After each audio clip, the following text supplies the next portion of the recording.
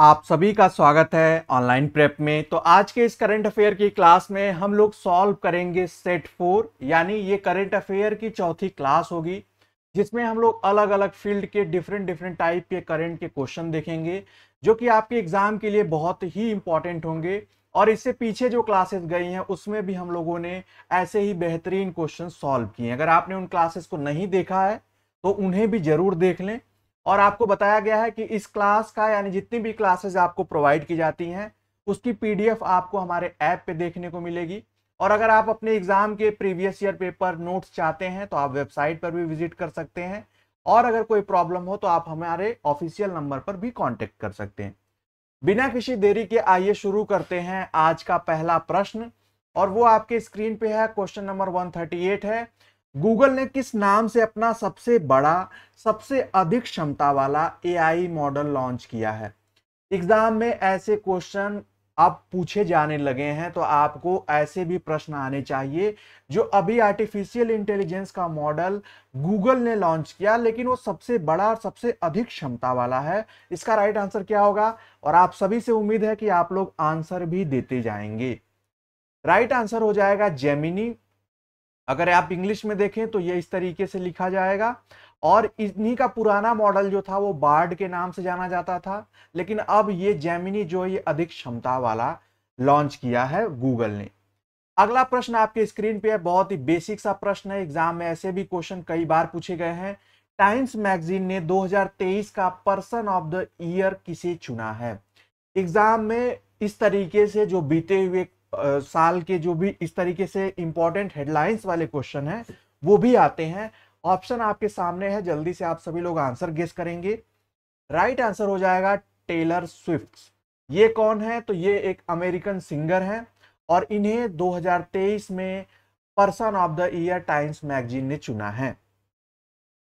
अगला प्रश्न आपके स्क्रीन के सामने है, 140 है। हाल ही में शेष भारत ने किसे हराकर ईरानी कप 2023 का खिताब जीता है?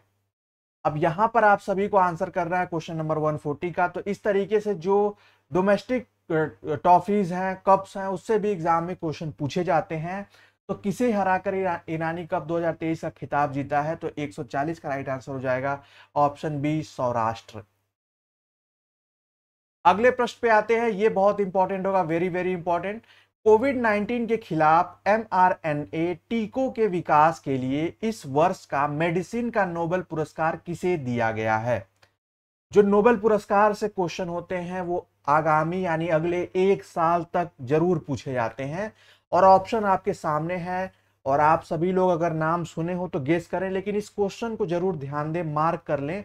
राइट आंसर हो जाएगा इसका, इसमें दो लोगों को दिया गया है, उसमें कैटलिन कारिको और ड्रू विस्मैन है। इस तरीके से ऑप्शन डी जो होगा, ए और बी दोनों will be the right answer, यानी ये सही जवाब होगा।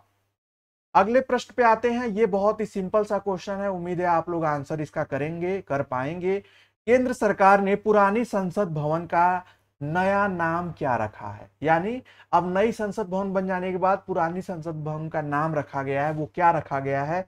आप सभी लोग आंसर गेस करेंगे। इसका नाम रखा गया संविधान सदन। ये आप लोग नोट कर लेंगे, काफी इंपॉर्टेंट है। अगले प्रश्न पे आते हैं, नीति आयोग द्वारा जारी अक्टूबर माह में आकांक्षी जिला प्रोग्राम एडीपी की डेल्टा रेटिंग में पहला स्थान किस जिला को मिला है? ये क्वेश्चन थोड़ा सा टफ हो जाएगा, लेकिन आपको हर टाइप के क्वेश्चन को ध्यान में रखना है अपने एग्जाम के लिए। इसका राइट आंसर हो जाएगा ओडिशा का रायगढ़ जो जिला है वो इसमें टॉप पर आता है डेल्टा रैंकिंग में। अगले प्रश्न पे आते हैं, अगला प्रश्न है आपके स्क्रीन पे, दुबई में सीओपी 28 के दौरान जारी जलवायु परिवर्तन प्रदर्शन सूचकांक सीसीपीआई 2024 में भारत को किस स्थान पर रखा गया है? ये कार्बन उत्सर्जन से संबंधित, जलवायु परिवर्तन से संबंधित ये सूचकांक है, इसमें भारत को किस स्थान पर रखा गया है? एग्जाम में इंडिया से ऐसे प्रश्न आ सकते हैं। इसका राइट आंसर हो जाएगा 7वां, यानी ऑप्शन बी। अगले प्रश्न पे आते हैं, अगला प्रश्न आपके स्क्रीन पे है, हाल ही में 14वां वर्ल्ड स्पाइस मसला कांग्रेस 2023 का आयोजन कहां किया गया है?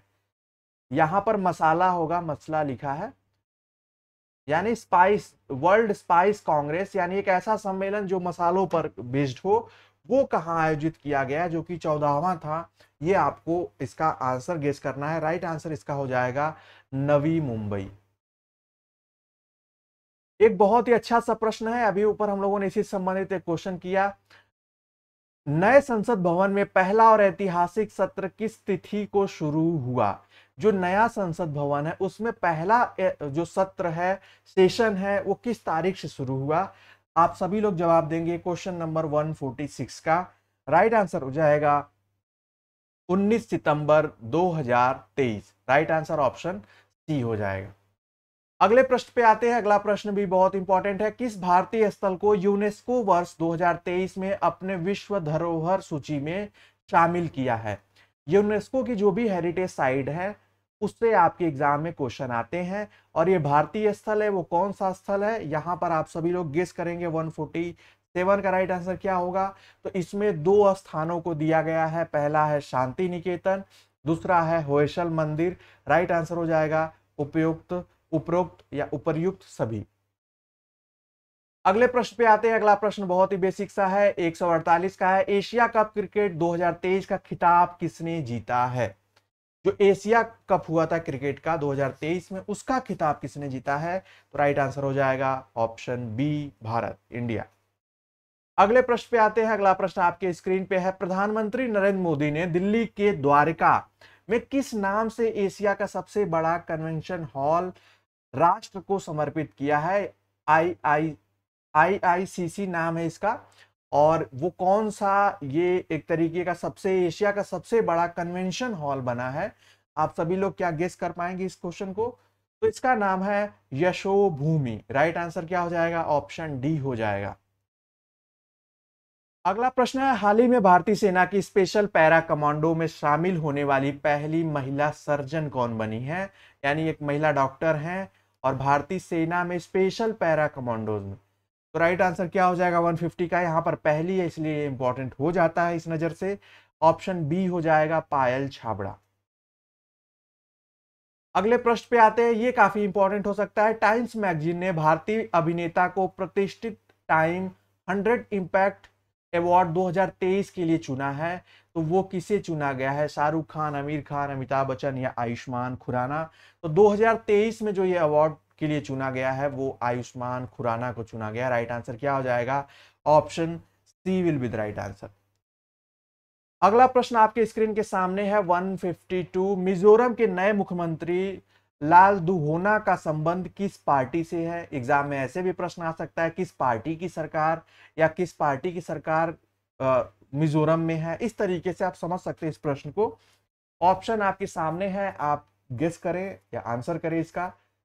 राइट आंसर क्या होगा 152 का? तो वो हो जाएगा Zoram People's Movement, option C. अगला प्रश्न है। केंद्र सरकार ने सितंबर 2023 में ईडी के नए निदेशक किसे नियुक्त किया है? और ये संजय जी को हटाकर ये बने हैं, ये कौन है? आप सभी लोग 153 का आंसर करेंगे तो उनका नाम है राहुल नवीन। ये ईडी के अभी नए निर्देशक नियुक्त किए गए थे, जो कि सितंबर में ही किए गए थे। अगला प्रश्न है। हाल ही में किस भारतवंशी अर्थशास्त्री सिंगापुर के 9वें राष्ट्रपति बने हैं? ऐसे भी क्वेश्चन आ सकते हैं आपके एग्जाम में। उनका नाम क्या है? यहां पर ऑप्शन आप देखेंगे तो टाइटल सबके सेम है, लेकिन आपको सटीक नाम याद रखना होगा। राइट आंसर हो जाएगा Tharman Shanmugaratnam. Right answer option B हो जाएगा। अगले प्रश्न पे आते हैं। अगला प्रश्न है। हाल ही में केंद्रीय वित्त मंत्री निर्मला सीतारमण ने आंध्र प्रदेश में अपनी तरह के पहले भव्य संगीत समारोह कृष्णवेणी संगीता निर्जनम का उद्घाटन कहां किया है? आंध्र प्रदेश की ये जगह होगी। ऑप्शन 155 का हो जाएगा विजयवाड़ा, यानी ऑप्शन बी। अगला प्रश्न है। हाल ही में राजस्थान में चंबल रिवर फ्रंट नाम देश का पहला हेरिटेज रिवर फ्रंट का लोकार्पण कहां किया गया है? एक तरीके से ये पहला हेरिटेज रिवर फ्रंट भी कहलाएगा देश का, इसलिए इंपॉर्टेंट हो जाता है। 156 का राइट आंसर हो जाएगा कोटा में, ऑप्शन सी। अगला प्रश्न आपके स्क्रीन पे है। आंसर आप, उम्मीद है आप इसको समझेंगे। पहले इस प्रश्न को। हाल ही में राष्ट्रपति द्रौपदी मुर्मू ने किस राज्य के विधानसभा में राष्ट्रीय ई विधान एप्लीकेशन NEVA और डिजिटल हाउस परियोजना का शुभारंभ किया है? तो ये क्वेश्चन थोड़ा सा टफ हो जाता है, ये मैं मानता हूं, लेकिन आपको आंसर पता होना चाहिए। इस तरीके का जो भी इस तरीके के शुभारंभ है, जो इनॉग्रेशन है, वो काफी थोड़े इंपॉर्टेंट हो जाते हैं आपके एग्जाम के पॉइंट ऑफ व्यू से। इसका राइट आंसर हो जाएगा ऑप्शन बी, गुजरात। अगला प्रश्न है, तमिलनाडु के किस मंदिर को भारत का पहला हरित ऊर्जा पुरातत्व पुरातत्व स्थल कहा गया है? हेरिटेज साइट है आपका ये, और हरित ऊर्जा से इसको दर्जा दिया गया, और ये भारत का पहला है, इसलिए काफी इंपॉर्टेंट हो जाता है। तो आप इसका आंसर गेस भी कर सकते हैं क्या होगा 158 का, वो हो जाएगा तट मंदिर मल्लपुरम, मामल्लपुरम, और राइट आंसर ऑप्शन बी हो जाएगा। अगला प्रश्न आपके स्क्रीन पे है 159। हाल ही में सचिन तेंदुलकर की 14 फुट की आदम कद यानी बड़े कद की कांस्य प्रतिमा कहां लगाई गई है, यानी किस स्टेडियम में लगाई गई है?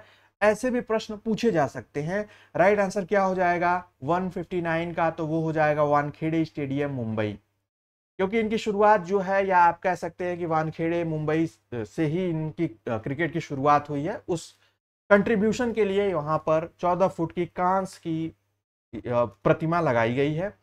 अगला प्रश्न काफी इंपॉर्टेंट है, इसको आप सभी लोग नोट करिएगा।